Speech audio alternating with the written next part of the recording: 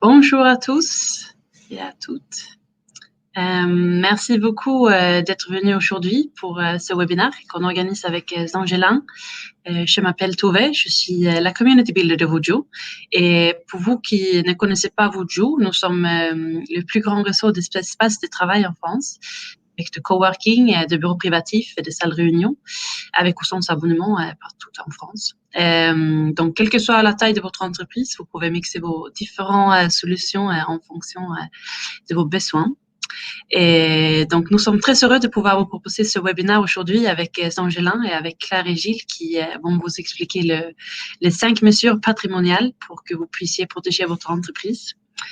Et si vous avez des questions, n'hésitez pas à les poser dans le chat et ils vont vous répondre à tout ça à la fin du webinaire. Merci beaucoup d'être venus et bienvenue Gilles et Claire. La parole est à vous. Bonjour à tous.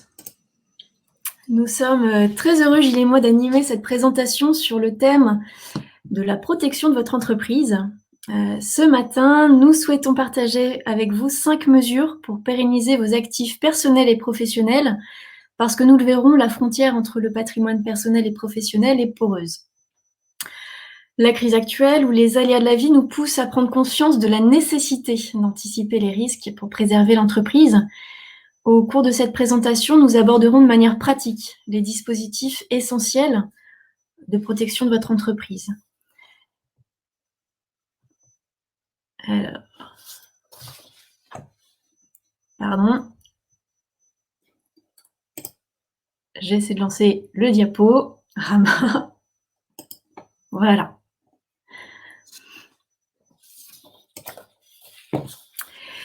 Donc, vous l'aurez compris, nous allons aussi parler des risques qui peuvent mettre en péril votre activité. Et nous allons commencer par une cartographie de ces risques. Nous en avons listé 5, le divorce, l'incapacité ou l'invalidité du dirigeant, le décès, la mésentente entre associés et la faillite. Face à ces 5 risques, nous vous proposons d'aborder ce matin 5 mesures incontournables qui sont le choix du régime matrimonial, les assurances, l'aménagement des statuts d'entreprise, le mandat de protection future et le pacte du trail. Alors, ce ne sont pas des antidotes contre le risque, mais des outils pour anticiper et éviter le pire pour votre entreprise. De même, nous n'avons tenu que 5 mesures, mais la boîte à outils est très riche lorsqu'il s'agit d'organiser la détention et la préservation d'un patrimoine. Dans cette première partie, nous allons aborder le choix du régime matrimonial pour se prémunir de 3 des 5 risques que nous avons identifiés, à savoir le divorce, le décès, la faillite. Nous allons comparer 3 formes d'union possibles, à savoir le concubinage, le fait pour 2 personnes de vivre sous le même toit sans autre formalisme, le PACS, lorsque 2 personnes décident de s'unir par un pacte civil de solidarité, et le mariage. Nous allons définir les conséquences de chaque situation matrimoniale sur le patrimoine de chaque membre du couple, c'est-à-dire sur ce qu'il possède, sur les revenus et les dettes de chacun, mais aussi les conséquences en cas de séparation des conjoints et de décès de l'un des membres du couple. Pour le concubinage et le PACS, les choses sont simples. Chaque membre du couple vient avec son propre patrimoine, le développe sans que l'autre conjoint n'ait un droit de regard ni n'en bénéficie. La frontière entre ce que possède chacun est très nette et précise. Il en va de même pour les revenus et les dettes, chacun gère de son côté. Le mariage va permettre de définir de manière plus fine les règles de vie du couple. Ce sera peut-être ce qui est à moi est à toi, ou ce qui est à toi est à moi, ou bien chacun pour soi. On parle du choix d'un régime matrimonial. L'union peut prendre fin aussi à la séparation du couple. Dans le cas du concubinage, chacun repart de son côté sans autre formalisme. Pour ce qui est du PACS, la séparation peut être décidée unilatéralement par un seul des membres du couple sans que l'autre conjoint n'ait son mot à dire, et de la même manière, chacun repart de son côté avec ce qu'il possède. Dans le cas du mariage, on va parler de divorce, et le régime matrimonial va encore une fois déterminer les règles de la séparation de manière beaucoup plus protectrice pour les conjoints, en prévoyant peut-être des récompenses et un partage selon des règles précises. L'union peut également prendre fin par le décès de l'un des membres du couple. Les concubins et les partenaires de Pacs sont vis-à-vis des règles successorales deux étrangers. Si rien n'est prévu, ils n'ont droit à rien sur la succession de leur conjoint, et même pire, dans le cas du concubinage, si l'on souhaite transmettre quelque chose à son conjoint, les droits de succession s'élèvent à 60%, un taux de taxation pour le moins confiscatoire. Les époux, de ce point de vue-là, sont nettement mieux protégés, puisqu'en fonction de la composition de la famille, ils peuvent avoir des droits plus ou moins importants, et surtout, ils sont exonérés de droits de succession, donc ils n'ont rien à payer. Alors, pourquoi vous parlez de tout ça ?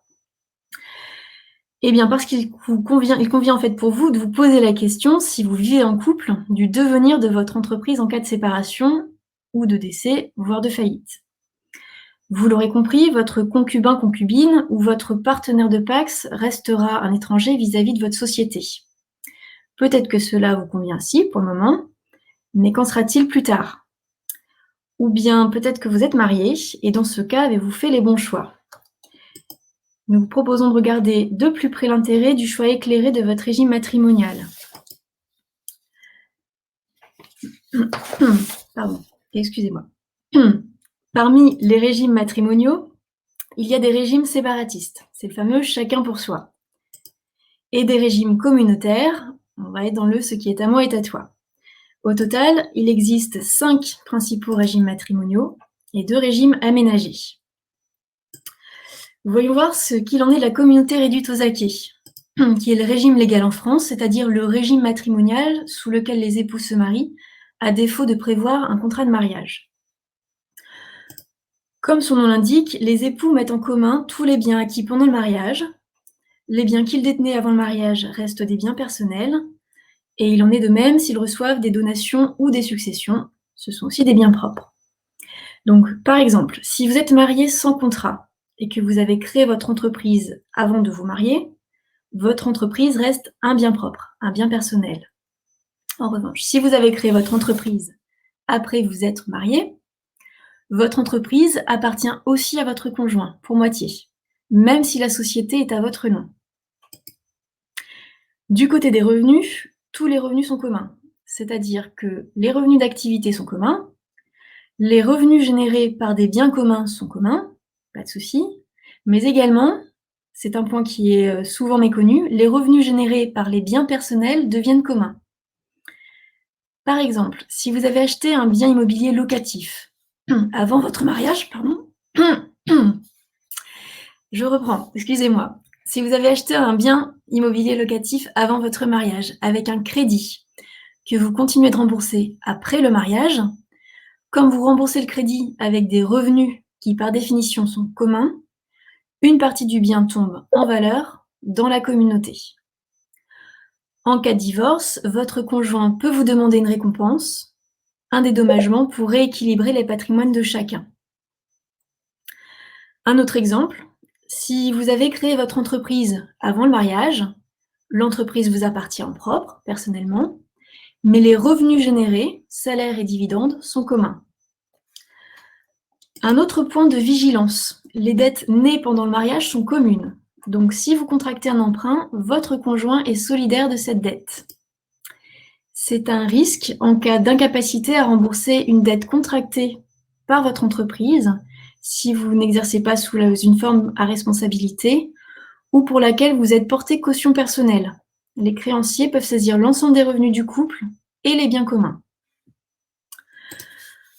En résumé, les conjoints conservent chacun un patrimoine personnel et mettent en commun tout ce qu'ils créent et achètent après le mariage, ainsi que leurs revenus. Ils ont droit chacun à la moitié de la communauté. Et c'est là qu'un problème peut se poser si l'entreprise constitue la majeure partie du patrimoine commun.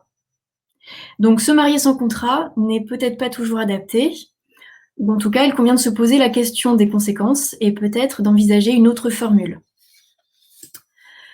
Allons voir ce qu'il se passe du côté du chacun pour soi, dans le cas où les conjoints décident de faire un contrat de mariage et qu'ils choisissent par exemple la séparation de biens.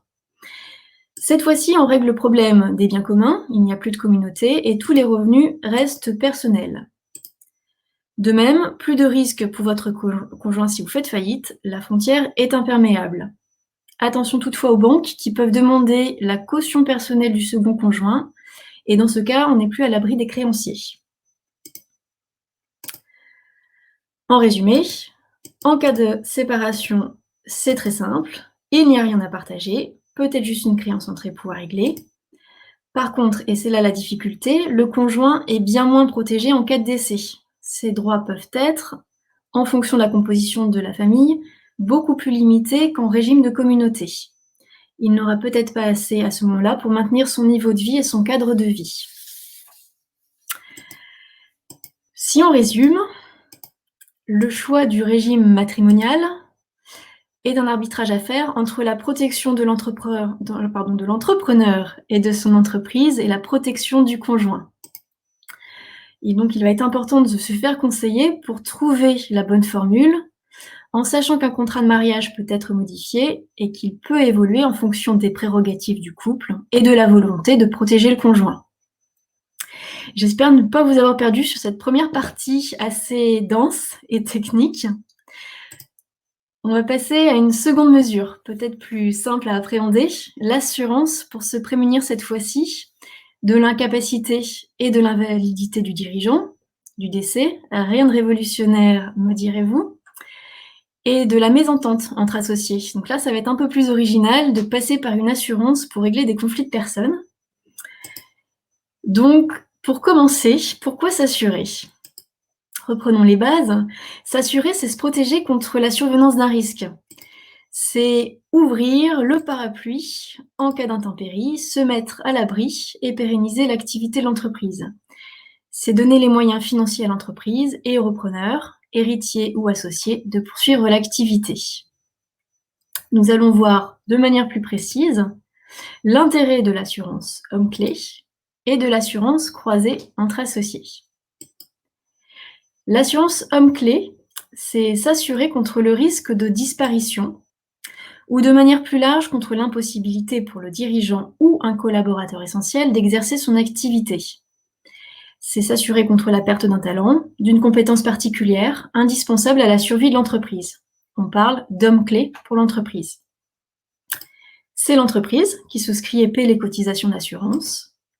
Et en cas de réalisation du risque, l'assureur verse à l'entreprise des indemnités ou un capital pour lui permettre de compenser le manque à gagner, le temps de se réorganiser, de recruter un nouveau collaborateur, etc.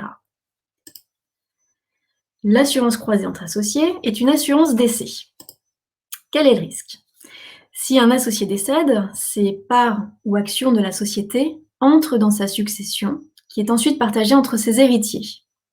Voire même pire, pas partagée du tout si on imagine une indivision qui traîne en longueur, faute d'accord entre les héritiers.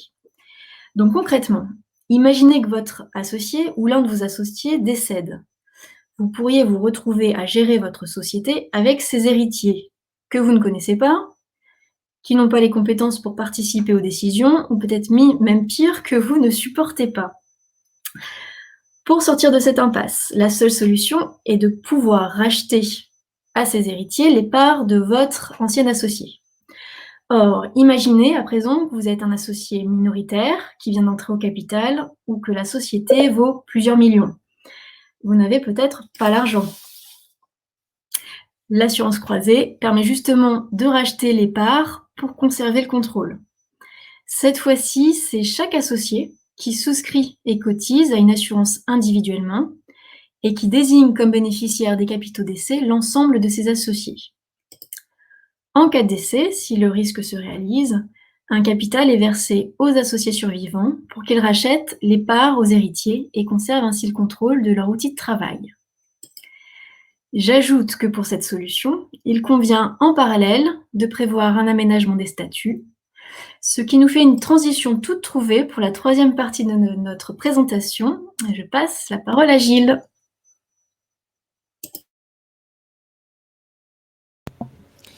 Merci beaucoup, Claire. Donc moi, je vais vous parler juridique. Je vais vous parler d'un outil que vous connaissez tous dans votre vie d'entrepreneur. C'est souvent l'une des premières étapes lorsqu'on se lance dans l'aventure professionnelle. C'est la rédaction des statuts de sa société, voilà, qu'on exerce sous forme de SARL, SAS, EURL etc., on est obligé de passer par cette étape de rédiger ces statuts pour les déposer auprès du greffe du tribunal de commerce.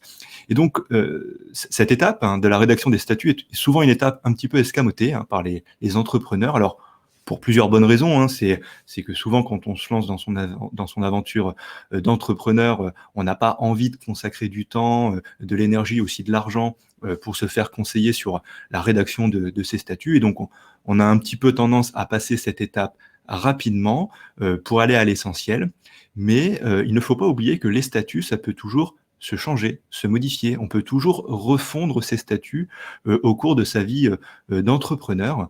Et nous, on vous y invite fortement parce que au fil du temps, vous avez un petit peu plus de disponibilité pour vous poser sur ce sujet-là. Et puis, même si vous l'avez fait au début, votre situation personnelle a pu évoluer, a sans doute évolué. Il est toujours bon de se reposer sur ces statuts pour regarder s'ils sont toujours adaptés. Donc, on a dit que les statuts étaient un outil de protection patrimoniale. C'est un outil de protection patrimoniale parce que les statuts, c'est le contrat que vous avez avec vos associés, un petit peu l'équivalent du contrat de mariage. Ce sont les statuts qui vont fixer les règles de gouvernance entre les différents intervenants de la société, donc les associés et les dirigeants, qui sont souvent les mêmes personnes. Et le mot gouvernance, c'est souvent un mot qu'on croit réservé aux grandes entreprises, mais croyez-moi, lorsque vous avez des conflits entre associés, et ça peut arriver, et ça arrive dans les très petites entreprises, les règles qui ont été prévues dans les statuts vont entrer en jeu à ce moment-là. Il n'y aura plus aucune souplesse dans la mise en œuvre des statuts, il faudra les respecter scrupuleusement, et il faudra donc qu'ils soient en cohérence et en adéquation avec votre situation et votre volonté de détention du pouvoir. Donc les statuts sont à proprement parler un outil d'organisation et de structuration de son patrimoine, un outil de protection de son patrimoine, mais c'est également un outil qui permet d'aller au bout d'une stratégie patrimoniale. C'est-à-dire que les statuts sont en tant que tels un outil de protection, mais sont également très souvent dans toutes les stratégies que Claire a évoquées, dans celles que je vais évoquer à la suite, un outil qui va permettre d'aller au bout d'une autre stratégie, d'une stratégie principale, par exemple celle d'un contrat d'assurance. Et je vous ai mis un exemple qu'on verra dans quelques minutes où vous verrez l'importance de bien aller au bout de la démarche lorsqu'on met en place une mesure de stratégie patrimoniale. Alors, je ne vais pas vous faire un cours magistral sur les statuts parce que je pense que c'est pas forcément l'objet de ce webinaire, mais je vous ai mis quelques exemples qui me semblent assez parlants. Donc, je vous ai mis l'exemple de deux entrepreneurs, deux artisans qui s'appellent Luc et Martin, qui détiennent à 50-50 une SARL dans laquelle ils exercent leur activité professionnelle. Donc, jusque-là, rien d'extraordinaire. Martin a un fils qui s'appelle Jérôme, qui n'est pas du tout artisan, qui n'a pas vocation à reprendre la suite de son papa dans la SARL, qui n'a pas vocation à devenir salarié ou dirigeant de cette SARL. Donc, situation relativement classique, et on va s'interroger sur ce qui se passe si Martin décède de manière inattendue. Alors c'est souvent inattendu, mais parfois plus dans certaines situations que dans d'autres. Mais donc Martin décède de manière subite à 55 ans. Et donc on va s'interroger sur ce qui se passe. Et en fait, c'est très simple. Les 50% de parts que Martin détient dans la SARL font partie du patrimoine de Martin. Et donc, comme tout le patrimoine de Martin, il va aller aux héritiers. Et dans l'exemple que je vous ai donné, les parts de la SARL, comme l'ensemble du patrimoine de Martin, va aller à Jérôme, qui est donc le fils et l'héritier de Martin. Et donc, on se retrouve dans une situation un petit peu délicate, puisque Luc se retrouve associé avec Jérôme dans la SARL, alors que Jérôme n'a aucune vocation professionnelle dans cette société, et Luc se retrouve même dans une situation où il n'est même pas majoritaire, donc même pas décisionnaire dans cette SARL. Alors, les choses peuvent bien se passer, bien évidemment, mais on se retrouve potentiellement dans une situation extrêmement contraignante pour Luc. En tout cas, c'est une situation qui est subie. Elle est subie parce que la règle, c'est que lorsqu'il y a décès d'un associé, la transmission des parts sociales ou des actions aux héritiers est libre. C'est-à-dire que le principe, c'est que les actions et les parts sociales vont aux héritiers. Si on veut contrer ce principe, une clause statutaire est nécessaire. Il est nécessaire d'écrire une clause dans les statuts. Alors, on vous a mis 3 exemples, mais ce ne sont que des exemples. Les statuts sont un contrat et on peut imaginer toutes sortes de clauses. D'accord ? Mais on vous a mis 3 exemples qui sont un peu les 3 exemples les plus typiques et les plus courants. Le premier exemple, c'est la clause d'agrément. Alors, la clause d'agrément, vous la connaissez, c'est une clause par laquelle on permet aux associés de choisir leurs associés. C'est-à-dire que au départ, quand vous créez la société, mécaniquement, vous choisissez vos associés. Mais au fil de l'eau, il peut y avoir des cessions ou des transmissions, typiquement en cas de décès avec l'héritage. Et à ce moment-là, les associés fondateurs survivants veulent pouvoir choisir qui va devenir associé ou pas. Et donc, en cas de succession et de transmission des parts aux héritiers, les associés survivants vont avoir la possibilité d'agréer ou non les héritiers, c'est-à-dire de dire oui, tu vas devenir associé avec nous, non, tu ne vas pas l'être. Et si les associés n'agréent pas l'héritier, alors il faudra lui racheter ses parts, évidemment. La deuxième clause, c'est la clause d'exclusion. Alors là, c'est une clause beaucoup plus brute, beaucoup plus rigide. C'est une clause par laquelle les associés fondateurs dans les statuts disent dans tous les cas, on reste entre nous et on exclura systématiquement les héritiers. Si les héritiers venaient à se présenter, évidemment. Donc, on est dans une situation où, en fait, on n'envisage même pas d'agréer ou pas. C'est de base, on dit non, on reste entre nous. S'il y a héritage, on les exclut. Alors attention, on les exclut, on leur rachète les parts, évidemment. Mais on reste entre nous. Et alors, la dernière clause, qui est la clause un petit peu sur mesure, c'est la clause de continuation. Alors là, c'est vraiment la clause, c'est sur mesure, justement. C'est une clause qu'on va prévoir dans les statuts dès l'origine. Et on va dire, si un des associés décède, tel héritier sera accepté, tel autre héritier ne sera pas accepté. C'est-à-dire que dès le début, on va dire, cet héritier potentiel, on l'agrée, et celui-ci, on ne l'agrée pas. Donc ça permet par exemple, si l'un des associés a un fils qui a vocation à prendre la succession dans la société, de verrouiller de suite le fait qu'il sera agréé par les autres et de ne pas soumettre à l'aléa d'un vote en assemblée générale au moment du décès son acceptation.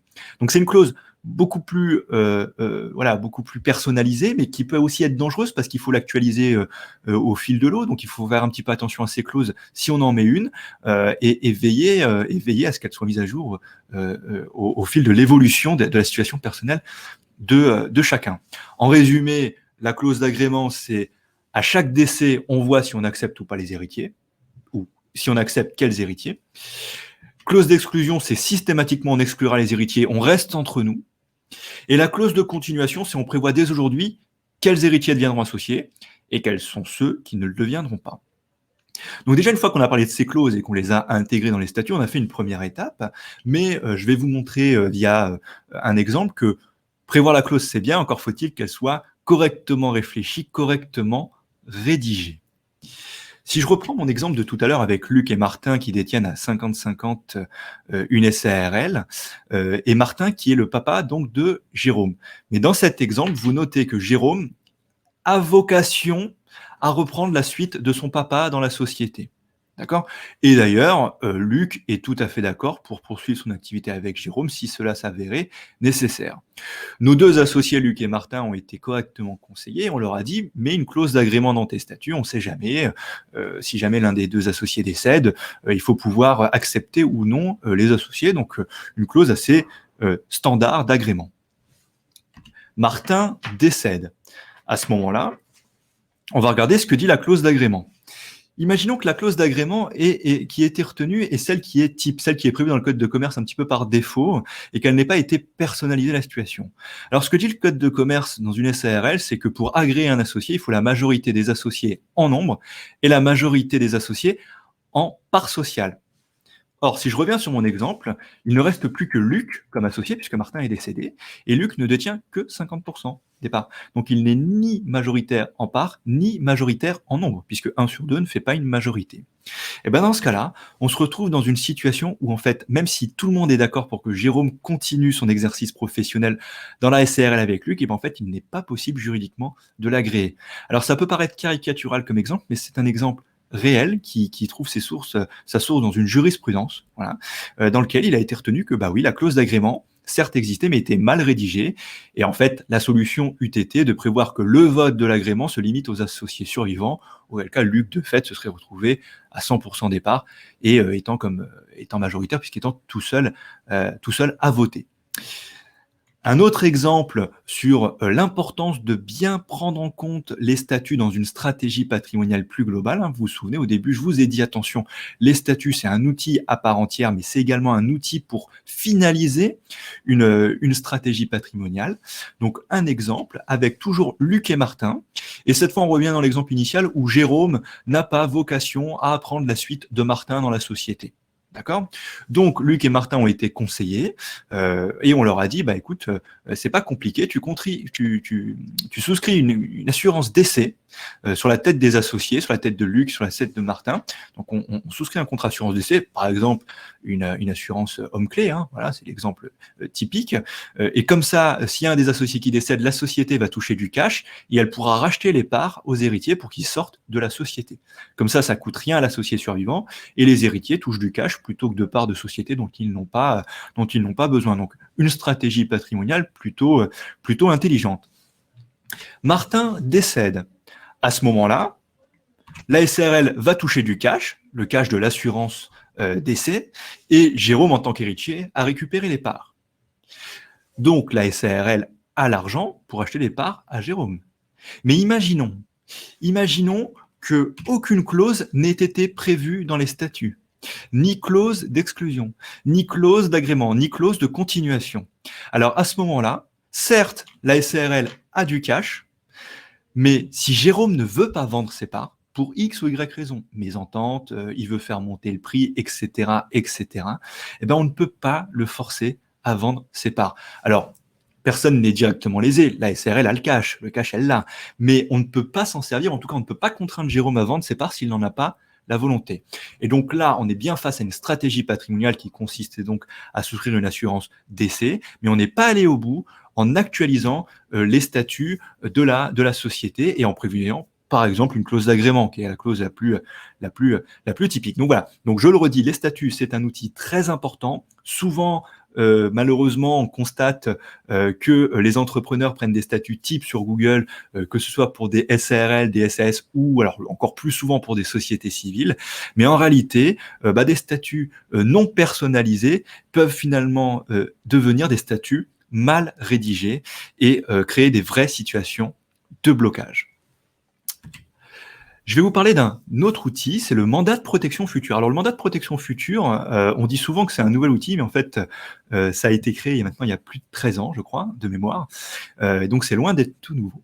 Le mandat de protection future, c'est un contrat que vous allez faire aujourd'hui et dans lequel vous allez expliquer, gérer, prévoir ce qui doit se passer si demain vous êtes dans l'incapacité d'exprimer votre volonté. D'accord ?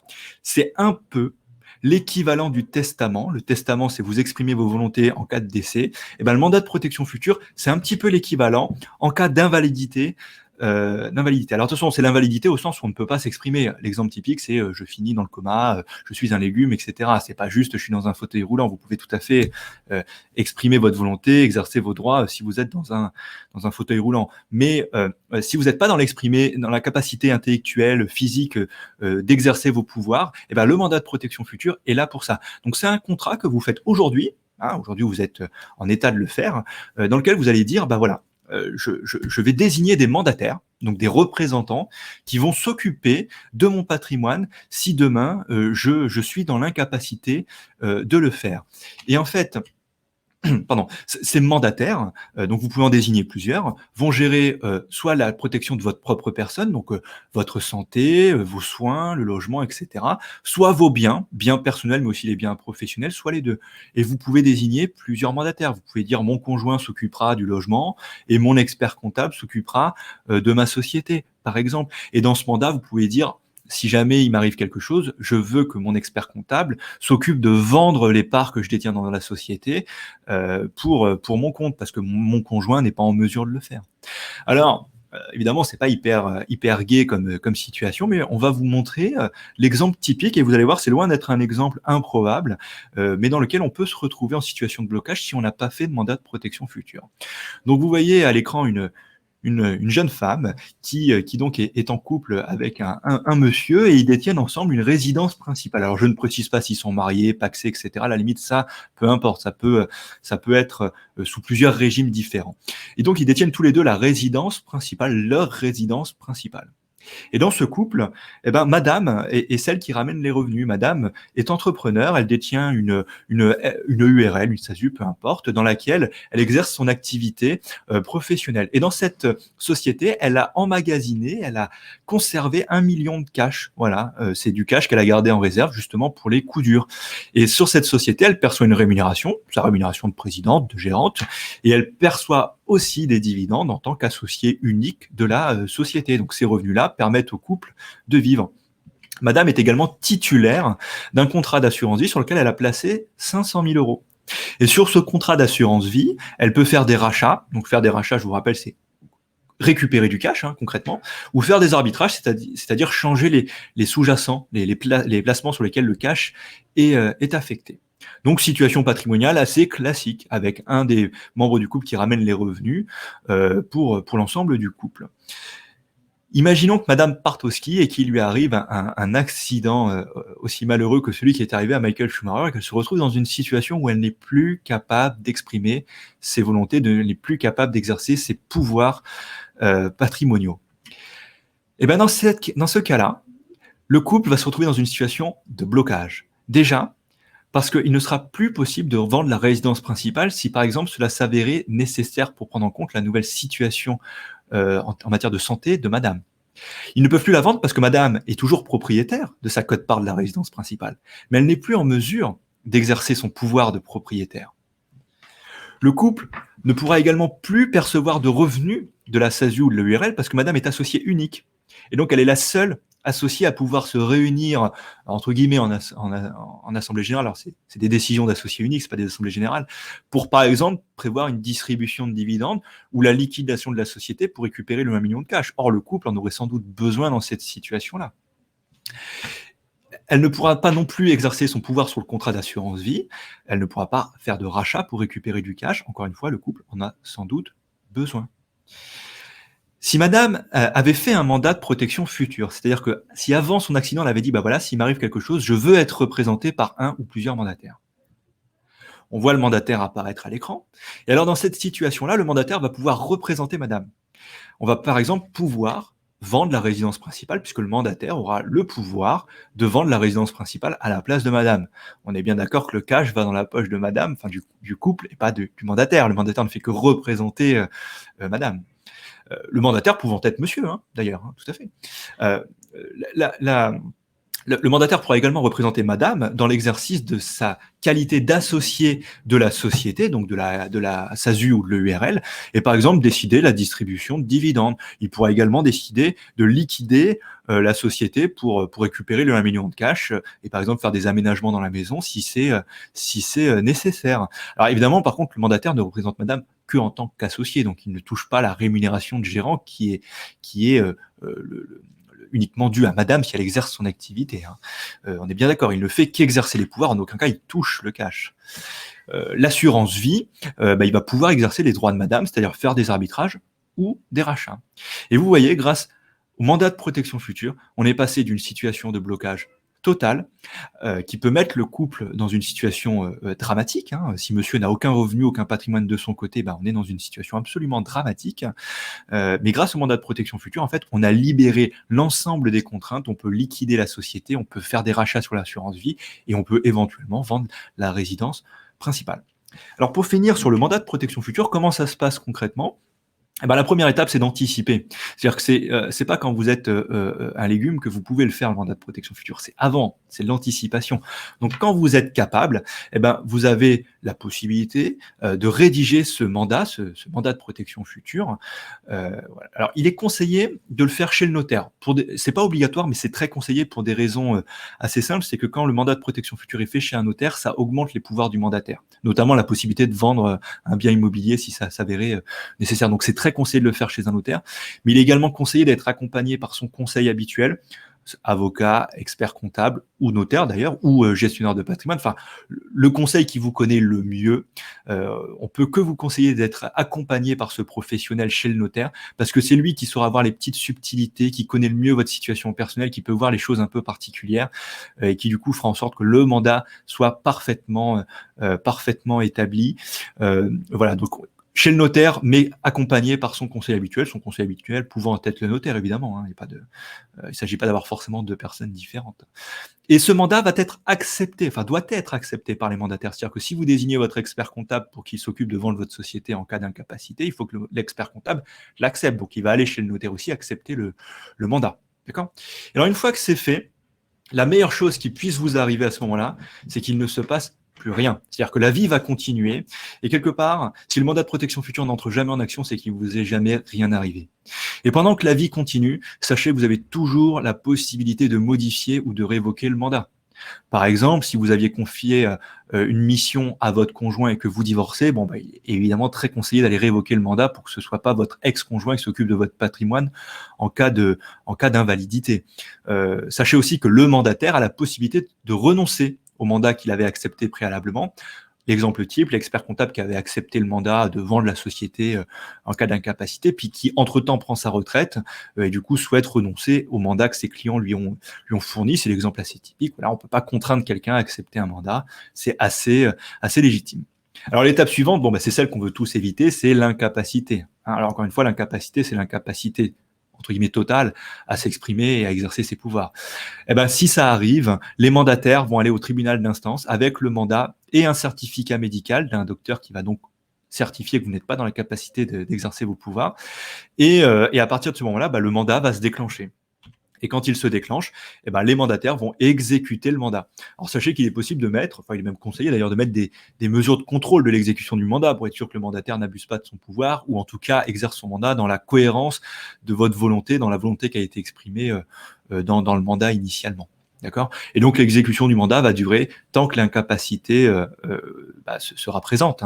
Et il sera mis fin automatiquement au mandat si il survient un décès, auquel cas le mandat prend fin puisque le mandat n'a lieu que si vous êtes dans une situation d'invalidité ou si vous sortez du coma et vous retrouvez vos capacités. Là évidemment le mandat de protection future n'a plus lieu d'être. Alors voilà, le mandat de protection future c'est un truc qui n'est pas connu. Encore une fois, si on veut résumer en une phrase ce que c'est l'équivalent du testament mais en cas d'incapacité. Ne l'oubliez pas, ça coûte pas grand chose de le faire, ça coûte un peu de temps, mais ça peut toujours vous sortir de situations de blocage absolues qui peuvent mettre votre foyer, vos enfants, votre conjoint dans une situation absolument épouvantable. Et encore une fois, c'est un sujet, quand vous êtes incapable, c'est trop tard. Il faut vraiment anticiper. On peut pas antidater, on peut pas faire des trucs comme ça. C'est vraiment un truc sur lequel il faut anticiper. C'est hyper important. Alors, je vais vous parler d'un dernier dispositif, le cinquième outil dont on voulait vous parler avec Claire aujourd'hui, qui est le pacte du Treuil. Alors ça, c'est un dispositif fiscal. Voilà, on n'a pas parlé beaucoup de fiscalité depuis le début, je sais que vous aimez ça en général.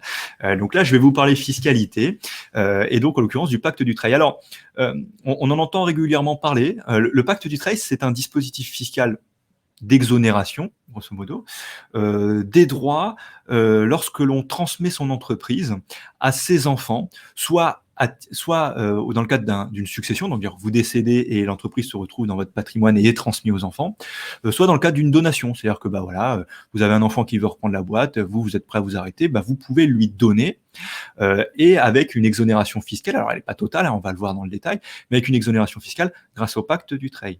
D'accord ? Donc je précise bien qu'on est dans le cadre, pour l'instant, d'une transmission à titre gratuit. Il ne s'agit pas de toucher du cash, il ne s'agit pas de la vendre la boîte.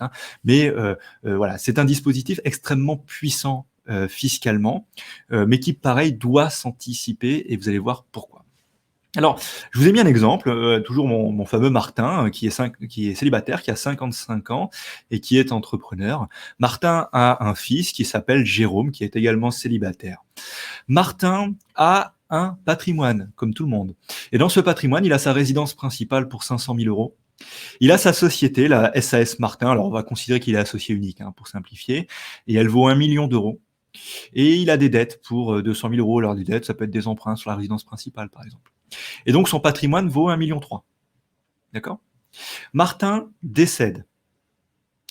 Qu'est-ce qui se passe ? On l'a déjà expliqué tout à l'heure. Si Martin décède, l'ensemble du patrimoine, y compris la SAS Martin, revient à ses héritiers. Dans mon exemple, qui est un exemple extrêmement simple, puisqu'il n'y a pas de conjoint et pas d'autres enfants, c'est Jérôme qui récupère la totalité du patrimoine.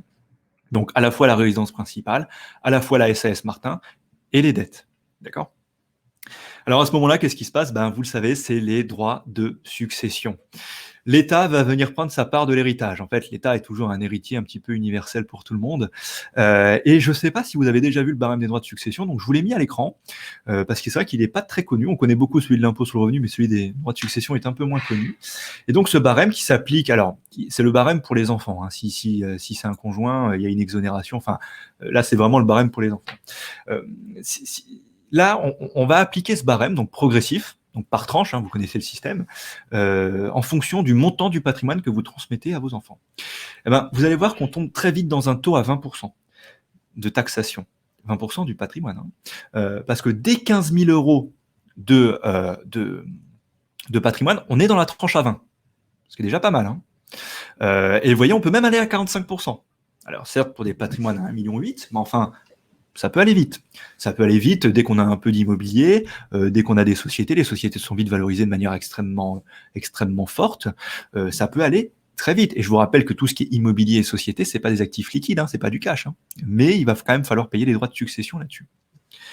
Alors, si je prends l'exemple de Jérôme, qui, je vous rappelle, reçoit un patrimoine d'1,3 million, composé d'une résidence principale de 500 000, de la SAS Martin pour 1 million et de dettes de 200 000 euros, si j'applique le barème de gauche sur cet actif d'1,3 million, je me retrouve avec des droits de succession pour 373 000 euros.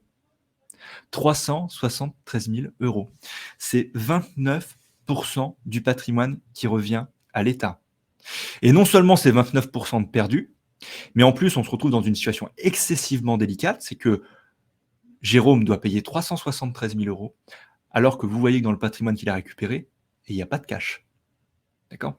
Donc vous voyez la situation compliquée que ça donne. Et c'est justement pour ça qu'ils ont créé le pacte Dutreil. Parce qu'ils se sont rendus compte que, en fait, il y avait beaucoup d'héritiers qui récupéraient des entreprises de leurs parents, des entreprises qui avaient un peu de valeur, voilà, parce que les entreprises, ça peut vite valoir quelques millions d'euros. Et du coup, ça donnait des droits de succession très compliqués à payer, parce que, encore une fois, c'est pas parce que tu détiens une entreprise qui vaut X millions que tu as du cash. Et donc, ça a induit des situations dans lesquelles les héritiers, même s'ils avaient envie de continuer la vie de l'entreprise, de continuer l'aventure de leur papa, ne pouvaient pas le faire. Ils étaient obligés de vendre l'entreprise parce qu'il fallait payer les droits de succession. Et donc ça, évidemment, c'était une situation absolument inacceptable sur un plan de la politique économique. Et donc, ils ont créé le pacte Dutreil pour ça. Alors, je ne vais pas rentrer dans un cours magistral sur le pacte Dutreil, parce qu'honnêtement, ça peut prendre 2 à 3 jours pour voir l'ensemble du dispositif, mais retenez qu'il y a plusieurs conditions à respecter. Évidemment, ils ne vous font pas un cadeau sans contrepartie. La principale condition, en tout cas la principale contrainte, c'est le temps. C'est-à-dire que l'idée du législateur, c'est de dire, moi je veux bien t'exonérer des droits de succession ou des droits de donation, puisqu'encore une fois, le pacte Dutreil fonctionne aussi en donation. Je veux bien t'en exonérer, mais il faut que tu prennes quelques engagements, c'est-à-dire de conserver la boîte. C'est-à-dire que si je te fais une exonération pour que tu la liquides le lendemain, c'est pas trop ce que j'ai envie. Enfin, c'est pas ce que le législateur avait envie de faire. Ce que le législateur voulait faire, c'était que les sociétés perdurent, continuent. Et donc, il y a un engagement de temps. D'accord ? Alors en fait, la première étape dans un pacte Dutreil, c'est déjà de signer le pacte Dutreil.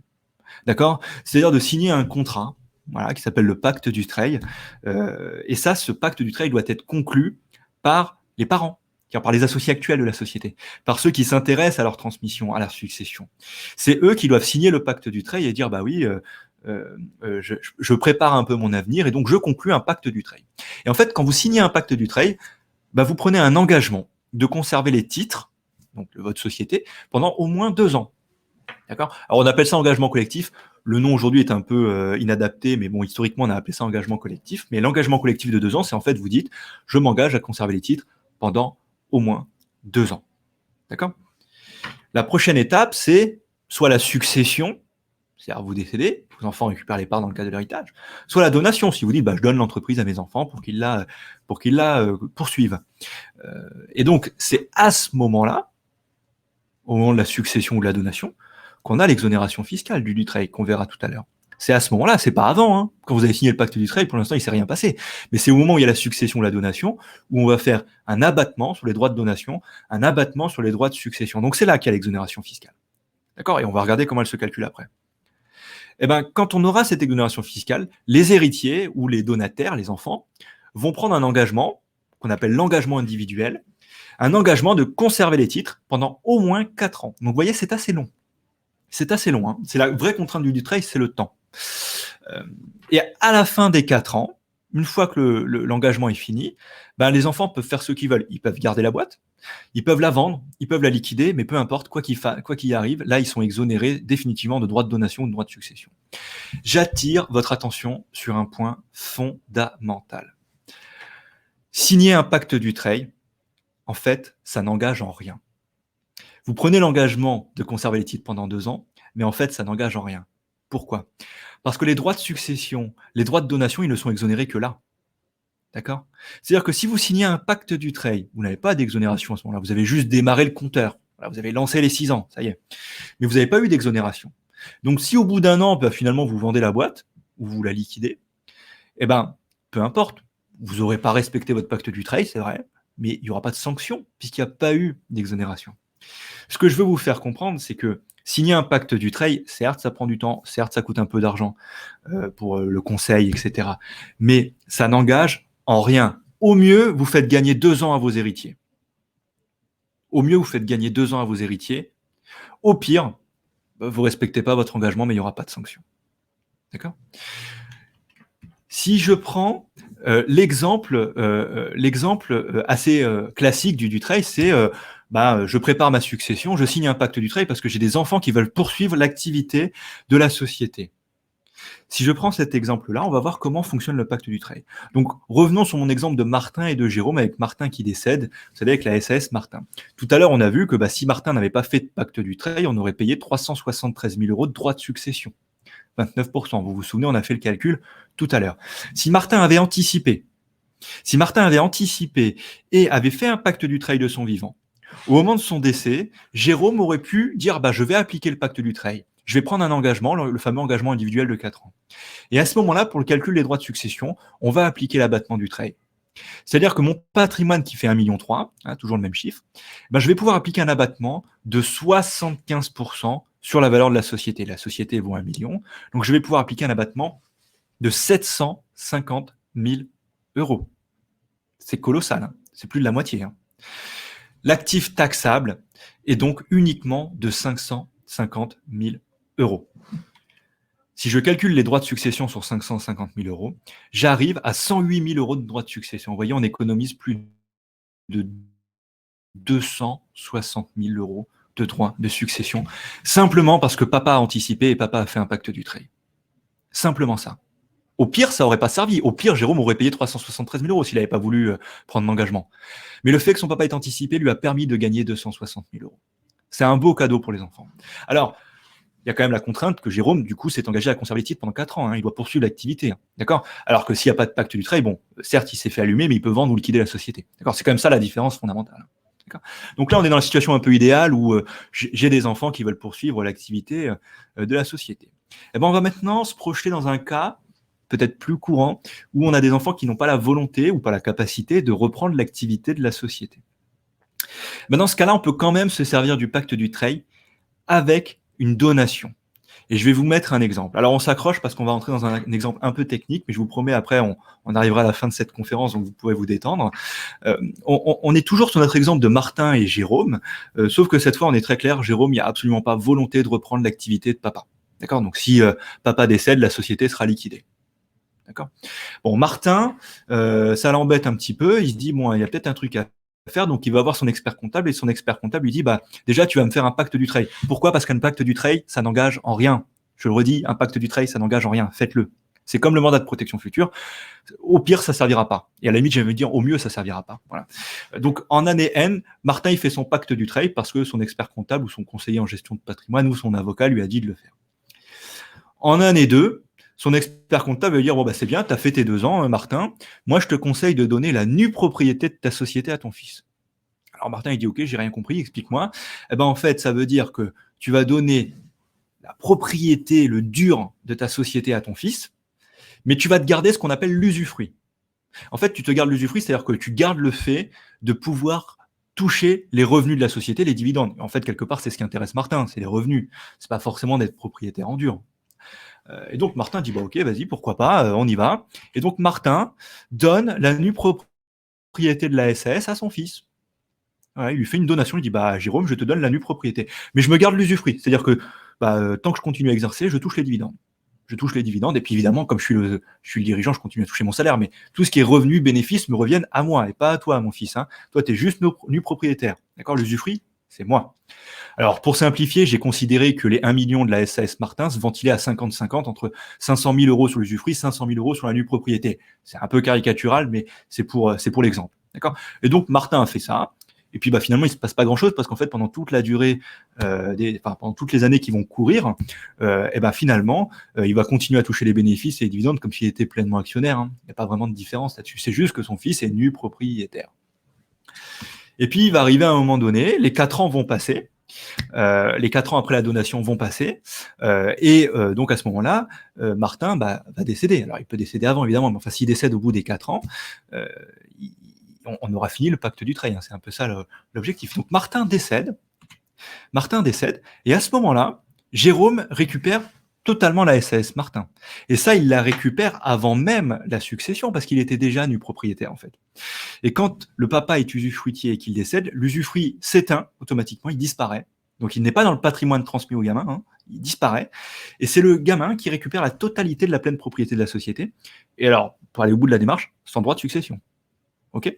Et donc, Jérôme a récupéré totalement la société et il va récupérer le reste du patrimoine, mais le reste du patrimoine, on voit qu'il ne reste plus que 300, puisqu'il ne reste plus que la résidence principale et les dettes. Donc, on va calculer maintenant les droits. Vous vous souvenez, en N+2, je vous ai dit, Martin va donner la nue propriété des titres à son fils. Et Martin, comme il est bien conseillé, il va faire un pacte du trade à ce moment-là. Parce que je vous ai dit, le pacte du trade, ça peut être au moment de la donation. Et donc, il va faire un pacte du trade pour avoir un abattement de 75%. Donc la nue propriété, on a dit qu'elle valait 500 000 euros, mais on va calculer les droits de donation uniquement sur 125 000 euros, puisque j'applique un abattement de 75%. Vous voyez que la contrainte n'est pas très forte finalement, parce qu'on dit, je fais un pacte du trade pour avoir un abattement de 75%, on dit qu'on fait un pacte du trade pour avoir un abattement de 75%, mon fils s'engage à conserver les titres pendant 4 ans, mais c'est pas grave, parce que même s'il n'a pas envie de s'occuper de la société, moi je reste en place. Donc c'est moi qui vais m'en occuper pendant 4 ans de la société. C'est là que c'est malin. C'est là que c'est malin d'anticiper le du trade. Parce que si tu es avec un fils qui veut pas reprendre la boîte et que tu attends ton décès, c'est trop tard. Si tu as anticipé en faisant une donation de la nue propriété sous du trade, tu peux faire les 4 ans à sa place, en fait. C'est ça que ça veut dire. Et donc, des droits de donation sur uniquement 125 000 euros, ça fait 23 000 euros de droits de donation. D'accord ? Quand le papa décède, on arrive à la succession. Je vous rappelle que la SAS Martin n'est pas dans la succession. Et donc, on va calculer des droits de succession uniquement sur 300 000, ce qui donne 60 000 euros de droits de succession. Si je fais la somme des droits de donation et des droits de succession, je n'ai payé que 83 000 euros de droits entre les droits de donation et les droits de succession, soit uniquement 6%. On est très loin des 29% de tout à l'heure, parce qu'on a anticipé. Alors, je conclue là-dessus et puis on va répondre à vos questions. Sur le pacte du trade, je le redis, l'esprit de ce truc-là, c'est préparer sa succession si j'ai des enfants qui veulent reprendre la boîte. D'accord ? C'est vraiment l'esprit même du trade. Et si vous êtes dans cette situation-là, et si vous êtes prêt à leur donner, attention, encore une fois, si votre idée c'est de le vendre à vos enfants, vous n'êtes pas du tout dans le pacte du trade, hein, c'est uniquement donation ou succession. Faites un pacte du trade. Et si vous êtes avec des enfants, comme on vient de le voir dans notre dernier exemple, qui ne veut pas ou ne peut pas reprendre l'activité, on vous conseille quand même d'en faire un, encore une fois, parce que ça n'engage en rien. Et puis parce que si vous êtes dans une stratégie un petit peu long-termiste, vous allez pouvoir arriver sur une stratégie d'écrasement de la fiscalité, que ce soit la fiscalité à la revente, à la succession ou dans une donation. Alors, merci à tous. J'ai été un petit peu long, j'ai dépassé mon temps. Il me semble avoir vu quelques questions. Alors, Claire, il y avait une question sur les régimes matrimoniaux. Je vous la pose parce que je l'ai sous les yeux. Bernard nous demande si en régime de communauté, si le capital social est souscrit avec des fonds propres, est-ce que la société est propre ou commune? Donc, je pense que le capital social d'une société, évidemment. Bonjour Bernard. Alors pour répondre à votre question, effectivement, il y a la possibilité de conserver la propriété propre d'un bien si vous pouvez justifier que vous avez acquis ou créé quelque chose avec des fonds qui vous étaient propres, donc que vous aviez avant le mariage ou reçus par donation-succession. Donc en fait, pour que ce soit vraiment efficace, il faut que ce soit précisé dans l'acte d'acquisition ou au moment de la création de la société. On puisse avoir une traçabilité très nette. Si vous êtes marié, ça peut se faire. Vous n'avez pas besoin du consentement de votre conjoint. Sachez qu'il est possible également de le faire a posteriori, donc dans un second acte. Donc, dans ces cas-là, vous avez besoin du consentement du conjoint et c'est pas opposable aux créanciers. Donc, bon, je ne sais pas si je suis précise. En tout cas, oui, si vous avez la preuve, si vous pouvez justifier la traçabilité des fonds, on peut effectivement conserver un îlot séparatiste, donc des biens propres, même si vous êtes marié sur le régime de la communauté. Et alors exactement, et encore une fois on le redit, il faut aller jusqu'au bout des stratégies, il faut que ce soit dans les statuts. C'est encore une fois la meilleure preuve, c'est que ce soit dans les statuts et que dans les statuts vous déclariez que ce sont des fonds d'origine propre et que du coup vous vous en servez pour reporter ce caractère propre sur les parts sociales que vous souscrivez. D'où l'importance encore une fois des statuts et encore à plus forte raison lorsque vous êtes marié sur un régime communautaire. Il y a Alexandre qui nous pose une question sur le pacte Dutreil. Il nous demande si ça s'applique à tout type de société, par exemple une SCI. Est-ce que vous voulez répondre, Claire, à celle-ci? Oui, également. Alors, pour le pacte Dutreil, il va falloir pouvoir justifier de l'activité commerciale, industrielle. Enfin, il faut que ce soit une activité. En fait, ça exclut toutes les activités patrimoniales. Donc, on va exclure tout ce qui va être location meublée ou nue, tout ce qui va être du patrimonial, pour ce qui va être du personnel. Donc, le pacte Dutreil, c'est vraiment l'outil professionnel qui est ciblé. Exactement. Donc en fait la réponse est non. Je pourrais prêter. La réponse est malheureusement non. Alors je ne vois pas d'autres questions, sauf erreur de ma part. Donc je pense que de toute façon il est midi et on va pouvoir arrêter. On était très contents donc au niveau du cabinet Stangin de pouvoir organiser ce webinaire avec Vojo. Vous avez nos coordonnées à l'écran, donc n'hésitez pas à nous contacter si vous avez des questions ou des situations qui méritent une étude un petit peu plus approfondie, puisque là c'est vrai que nous avons abordé beaucoup de sujets et on a essayé d'être le plus pédagogue et le plus accessible possible, mais vous avez toutes nos coordonnées, donc n'hésitez pas à nous contacter. Je remercie tous les participants et je remercie Vojo. Merci beaucoup Gilles, merci Claire et merci beaucoup pour toutes ces informations, c'était super intéressant. Et j'espère que vous allez passer une bonne journée et on se retrouve bientôt pour un autre webinaire. Merci beaucoup à tous. Merci.